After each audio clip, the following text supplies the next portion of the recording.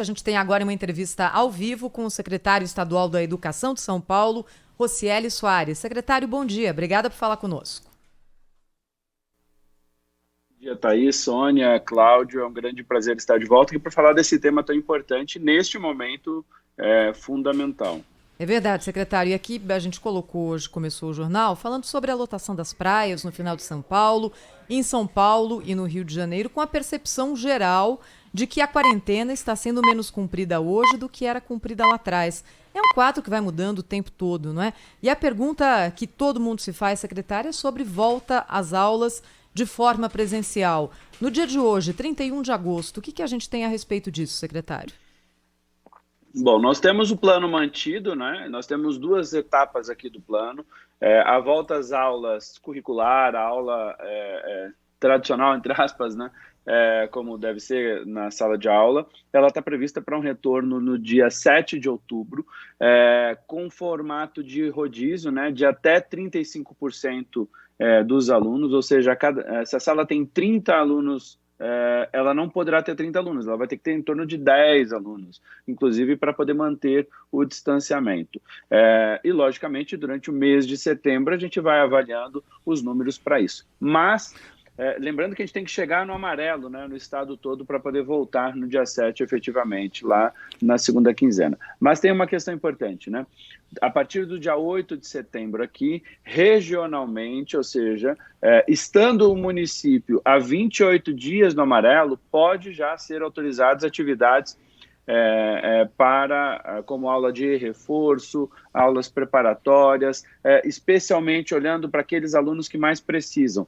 No prisma da Secretaria Estadual, muitas vezes a gente tem aquele aluno que não tem o equipamento, que não tem a internet, que tem dificuldade, portanto, de assistir muitas vezes os conteúdos. Mas mesmo aquele que tem, às vezes né, ele não consegue acompanhar, não conseguiu se adaptar. Portanto, temos sim, tanto na rede pública quanto na rede privada, um atendimento que neste primeiro momento deve ser priorizado. Logicamente, Ministro. nesta parte, os municípios têm uma autonomia. Aqui, por exemplo, essa parte de setembro, a cidade de São Paulo ainda não autorizou pela questão epidemiológica. Ministro, muito bom dia, bem-vindo ao nosso programa. Eu queria saber o seguinte, o retorno às aulas prevê esse esquema de rodízio, né? Enquanto um terço dos alunos comparecem à escola, aquela coisa da aula presencial, 2 terços assistem à aula ou têm acesso ao conteúdo por via remota, né? Pela internet. Mas, como a gente sabe, há muitos pais inseguros com relação ao retorno ainda, né? Haverá a opção de o aluno ficar permanentemente com o ensino à distância, o ensino remoto, ou não? Ou o comparecimento será obrigatório? Cláudio, excelente pergunta. Aliás, eu falei do rodízio, mas tem outras formas de organização da escola, né? A escola pode optar só por algumas séries, né?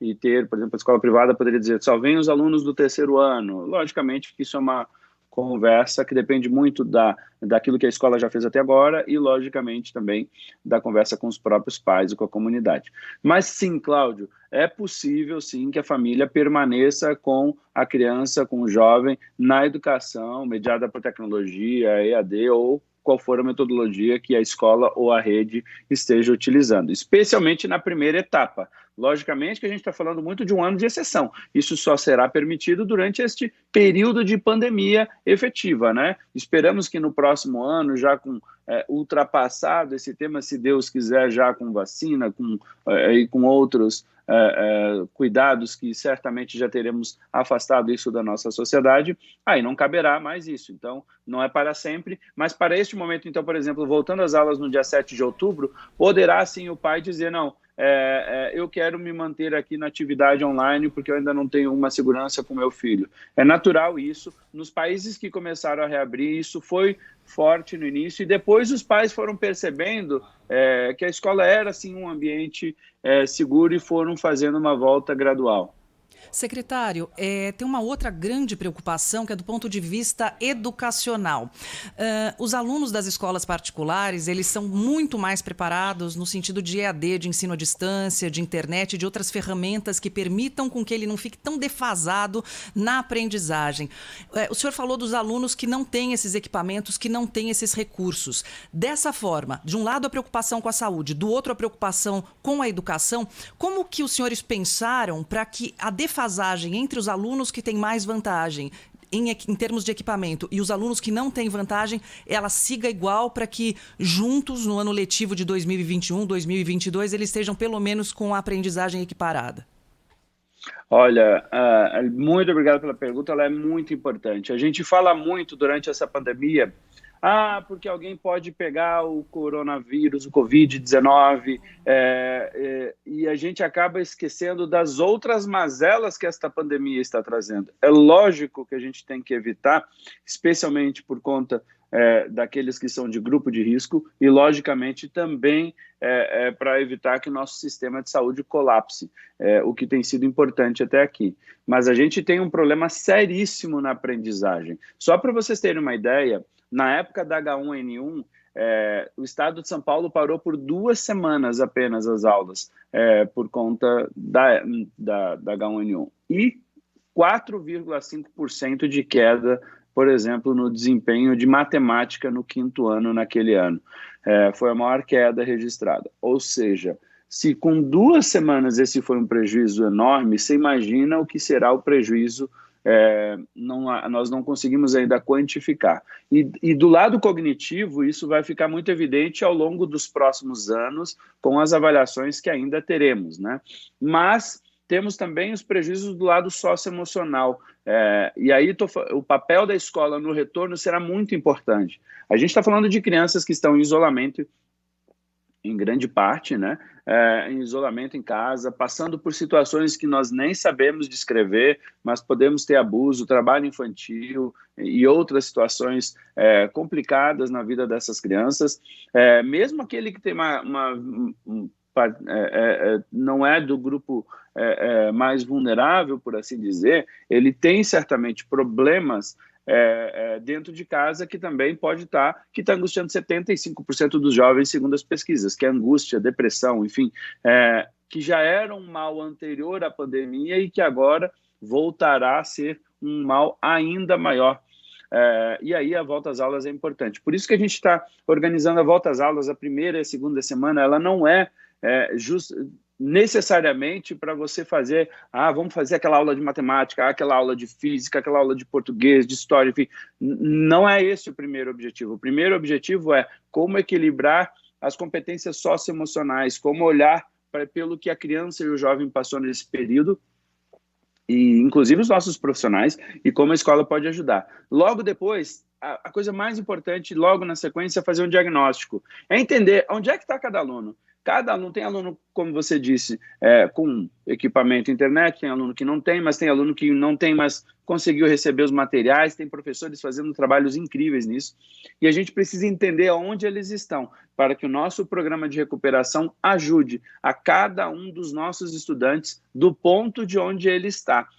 Este nivelamento, esta busca de recuperação, e trazer esse reforço, ele vai até o final do ano de 2022. Não é um processo curto, nós vamos ter que fazer isso agora, mas vamos ter que fazer ao longo de 2021. Isso é tão importante que a gente criou aqui o 4º ano opcional para o estudante do ensino médio, ou seja, o aluno que está hoje no 3º ano, no ano que vem, poderá estar nas nossas escolas, poderá, certo? Ele conclui o ensino médio este ano, mas ele poderá no próximo ano estar estudando conosco, porque ele não passou no vestibular e quer fazer um aprofundamento para continuar estudando. Será possível? Será, para esses estudantes que desejarem, justamente porque é um ano tão atípico e ele não tem culpa, a família não tem culpa, a escola não tem culpa, então a gente precisa encontrar formas de dar apoio. Para aqueles que têm mais tempo conosco, nós teremos mais tempo também de recuperação, mas sempre haverá um impacto negativo desta pandemia.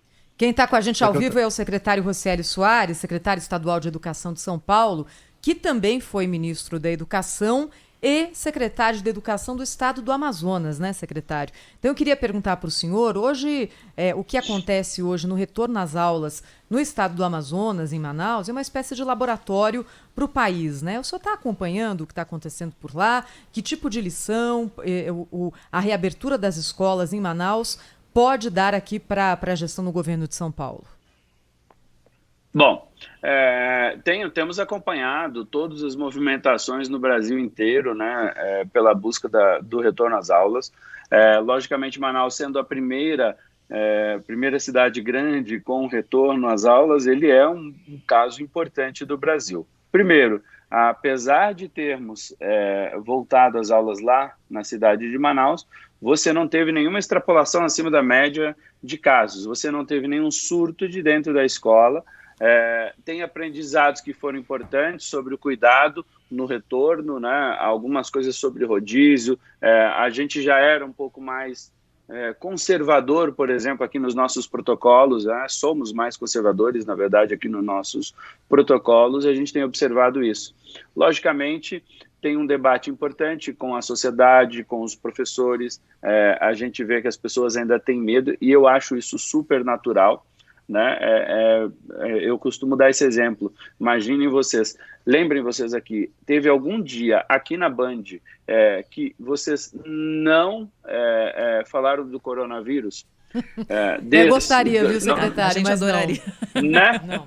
Então é lógico, as pessoas têm medo, é natural. Você fala assim, o professor tem medo. Claro que tem, a família tem seus receios, é claro que tem. A gente tem que entender isso nesse processo, por isso que aquela pergunta do Cláudio Humberto ela é tão importante. A gente precisa voltar de forma gradativa, dando respeito, dando o espaço para que essa volta seja no tempo adequado. Mas agora, é importante voltar. Isso também a gente acha que precisa deixar claro, né? Eu, como secretário de Educação, não abro mão das escolas. Secretária, na Europa, na França, começou ali na França, etc., há um protocolo padrão, né? Um protocolo que prevê, por exemplo, que crianças que estão ali no início da atividade escolar não precisam usar máscara, nem tampouco, nenhum aluno precisa usar máscara, a não ser aqueles que durante o período ali apresentam algum tipo de sintoma, começa a se espirrar, etc. e tal, e aí as escolas têm que ter um estoque lá de máscaras. Também os professores e funcionários são obrigados a usar máscara. As escolas terão que ter, além de máscaras, desinfetantes à base de álcool. Quer dizer, há uma série de cuidados assim que foram e têm sido adotados no retorno às aulas em vários países. Eu queria saber exatamente, ministro, me permita de chamar de ministro, porque uma vez ministro, sempre ministro. Eu queria saber qual o protocolo que a Secretaria de Educação, que o governo de São Paulo vai adotar nesse retorno às aulas. Que tipo de exigência ou a que tipo de medida o aluno, o professor e o funcionário estará sujeito quando for à escola? Bom, Cláudio, aqui nós temos algumas regras que a gente chama de regras de ouro, né, que são inegociáveis, como, por exemplo, o distanciamento, né? Lógico que isso é uma questão também cultural, por isso que voltar pequeno é muito importante, né? Esta cultura só vai ser realmente trabalhada se você tiver poucos alunos, para que eles percebam que este novo normal precisa ser acompanhado de um processo de formação para eles mesmos, né? Uso de máscara, por exemplo, será obrigatório. A Secretaria já está com máscaras para todos os alunos que desejarem no mês de setembro e para toda a volta do mês de outubro. Então, somos 3,5 milhões de alunos, estamos comprando 15 milhões de máscaras, serão 3 por aluno, mais as dos profissionais. Para os nossos profissionais, estamos comprando aquele face shield. É uso obrigatório. Ele só retirará em determinados momentos, como, por exemplo, na hora da merenda. Merenda esta, Cláudio, que, por exemplo, nós, de início, trabalharemos com aquilo que se chama de merenda seca. O que é a merenda seca? É aquilo que a gente, em outros tempos, não gostaria de trabalhar. Não é a merenda elaborada na escola, é algo mais preparado, que possa vir, inclusive, embalada para ser entregue para o estudante. Para quê? Para diminuir a manipulação nesta primeira etapa, na primeira parte do retorno. Ou seja, começou a voltar à escola, ao invés de você mobilizar a cozinha, fazer almoço, fazer isso, você serve algum tipo de lanche, de merenda seca, portanto, né? Justamente para diminuir a possibilidade de contaminação. Mas então eu estava falando que para o profissional tem aquele face shield que os profissionais da saúde usam bastante, que é uma proteção, hoje já está bem popularizada aí. Os professores todos, toda a equipe, na verdade, da escola terá acesso a esse face shield. Nós teremos, logicamente, álcool gel, sabonete, inclusive kits para os alunos mais pobres poderem levar para casa, inclusive kit de higiene, justamente porque ele vai aprender um procedimento de higienização das mãos, por exemplo, com lavar as mãos com sabonete adequadamente, e aí ele vai chegar em casa e ele não vai ter aquele kit de higiene, então ele vai ganhar também, aqueles alunos que mais precisam, mais vulneráveis, vão ganhar também esse tipo de material. Nossos protocolos nós temos um padrão aqui publicado, tem uma parte que serve para toda a educação de São Paulo, para estados, municípios e rede privada, mas nós temos também uma parte dos protocolos específicos da Secretaria de Educação. E aí nós vamos aí cada vez mais especificando dentro das nossas regras, desde, por exemplo, a definição do horário de entrada. Então não vão entrar todos os alunos, mesmo na primeira etapa, com 1/3 dos alunos, e deverá ser até menos na rede estadual. Nós teremos entrada no horário de um grupo de alunos, aí o intervalo também muda para esse grupo de alunos e a saída também muda, ou seja, especialmente aqui, quando voltarmos na cidade de São Paulo, teremos uma adequação, inclusive por conta do transporte público, que tem uma característica específica nas grandes cidades. Nós estamos conversando com o secretário estadual de Educação, Rocieli Soares. Secretário, a Prefeitura de Osasco, contrariando o posicionamento da Secretaria Estadual da Educação, vai permitir que as escolas particulares promovam o retorno das atividades a partir de setembro. O que o senhor diz disso? Não é contrariando. Nós autorizamos as atividades a partir do dia 8 de Importante setembro. Deixar claro. Nós estamos realmente autorizando. No caso do Estado, está autorizado. O município pode, por razões epidemiológicas, dizer não. Então, eles podem ser sempre mais restritivos. Então, a cidade pode dizer, aqui é permitido. Lembrando que em setembro é focado em atividades presenciais de reforço, recuperação, atividades de roda de conversa, socioemocional. Depende muito da necessidade que a escola vai ter, que a própria comunidade vai sentir. E a gente deseja que eles foquem naqueles alunos que mais precisam nesse momento. Quer dizer, então o Estado vai estudar caso a caso, município por município. Exatamente. Aqui na cidade de São Paulo, por exemplo, não foi autorizado o mês de setembro. Em relação ao mês de outubro, ainda se está em discussão. Durante o mês de setembro, vai-se ter ainda um posicionamento, mas o mês de setembro não foi autorizado. Mas nós temos outros municípios que já também, como Sorocaba, por exemplo, aqui no interior, que já autorizaram, por exemplo, atividades de retorno às aulas. Alguns já autorizaram, inclusive, essa atividade de setembro, como você bem citou. Secretário, a gente fica imaginando no retorno às aulas, de que forma vai ser a disciplina dentro das escolas, não é? Porque a gente está lidando ali com crianças, com adolescentes, com grande quantidade de pessoas. Claro que não vai haver a volta total, mas vai haver uma reunião, há a possibilidade de que essas crianças fiquem eufóricas quando puderem voltar a ver os seus amiguinhos. Como é que vai funcionar a dinâmica dentro das escolas? E o senhor tem algum exemplo de algum lugar que tenha conseguido lidar com isso? Na prática, por exemplo, como é que se garante distanciamento social, uso de máscara, quando a gente está falando de crianças? Os bons casos, mundo afora, eles voltaram com um sistema de rodízio com muito menos alunos. Isso é muito importante, inclusive, para esta primeira etapa de aprendizado. Você pode pegar no mundo todo, daqueles que já retornaram, aconteceu desta forma. Então, o que São Paulo já está trabalhando, buscando trabalhar com seus protocolos, logicamente, está alinhado com essas experiências. Se eu fosse voltar, por exemplo, numa escola que tem 400 alunos durante 2 turnos, logicamente, a chance de todos os alunos se encontrarem e quererem, logicamente, ter algum tipo de aglomeração seria muito mais alta. Você diminui isso quando você diminui o percentual de alunos. Nós, por exemplo, aí estou falando da rede estadual, nós deveremos trabalhar com um percentual, inclusive, de 20%. Nós nem vamos trabalhar com de 35%. Ou seja, numa escola que tem 1.000 alunos por dia, ela poderá trabalhar com 200, distribuídos em horários distintos durante o dia.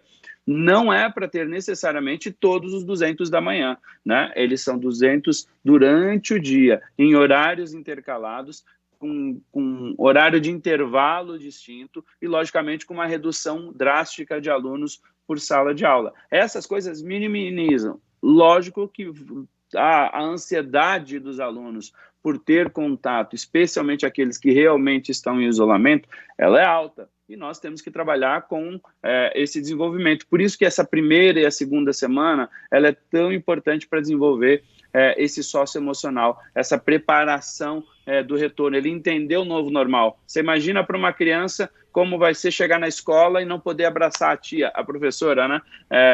Que ele está morrendo de saudade. Você vê vídeos assim das crianças fazendo, que é de cortar o coração, né? Da saudade da escola e dos coleguinhas. É importante que a gente entenda esse processo, é importante que eles aprendam isso, que para ele poder voltar, ele vai ter que manter uma distância, mas as experiências mostram, as crianças estão se adaptando bem a essa realidade.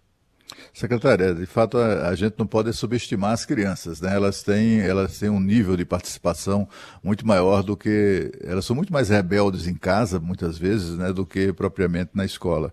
Mas, assim, seguindo essa preocupação da pergunta da Thaís, o que eu gostaria de saber, secretário, ministro, é o seguinte, que assim, tem um grupo de alunos que são os alunos especiais, né, que vão precisar de cuidados especiais. Quer dizer, os professores envolvidos com o ensino especial, eles serão submetidos a treinamento, ou de um modo geral, os professores todos estão sendo treinados ou serão treinados para receber essas crianças, para que elas não promovam aglomerações, para que mantenham o distanciamento conforme a preocupação da Thaís, agora há pouco dessa pergunta. Haverá um treinamento ou está havendo um treinamento de professores e de funcionários nesse sentido? Cláudio, essa pergunta ela é muito importante. A gente tem, logicamente, além dos nossos protocolos, que ter protocolos, um olhar específico para essa área. E aqui é uma área extremamente complexa, né? Porque quando a gente fala de educação especial, essas crianças, esses jovens, eles têm inúmeras situações diferenciadas, né? A gente pode pegar uma criança que é cadeirante, é um tipo de situação, por exemplo. Uma outra criança que tem, por exemplo, alguma necessidade especial de atendimento que requeira mais cuidados, inclusive físicos, inclusive como troca de fraldas, por exemplo, logicamente é outro tipo de cuidado. E aí, para cada um desses casos, nós temos um grau distinto de atendimento. Lembrando que é importante, quem compõe grupo de risco não estará autorizado a retornar, seja para os profissionais, seja para os estudantes. Isso é importante, certo? O grupo de risco, mesmo sendo estudante, não poderá retornar. Por quê? Justamente porque é muito mais difícil ainda cuidar. Isso não é só para a educação especial, né? Isso também é para outros, para todos aqueles que cumprem, que estão naquele grupo de risco. Eu, por exemplo, que sou diabético, também teria essa dificuldade. Então, temos sim um programa de formação específico e também um agrupamento de atendimento diferenciado, Cláudio. Queria agradecer ao secretário estadual da Educação, Rocieli Soares, nessa entrevista ao vivo aqui na Rádio Bandeirantes, transmitida também na capa do portal UOL. Secretário, obrigada, hein? Até a próxima. Muito obrigado, foi um prazer muito grande estar aqui com vocês, Thaís, Cláudio, Sônia. É importante que a gente coloque esse debate cada vez mais na sociedade. Ter um tempo com as crianças é fundamental. A gente já vê a sociedade, a gente ouve os debates, né? A sociedade voltando em muitas frentes já. A educação não pode ficar somente para o próximo ano. Eu defendo que com a forma opcional, de forma gradativa e com muita segurança, que a gente consiga promover essa volta para as nossas crianças e para as nossas equipes. Muito obrigado aí pelo espaço, fico à disposição para retornar com vocês. Um bom dia a todos. Bom dia. Bom dia, secretário.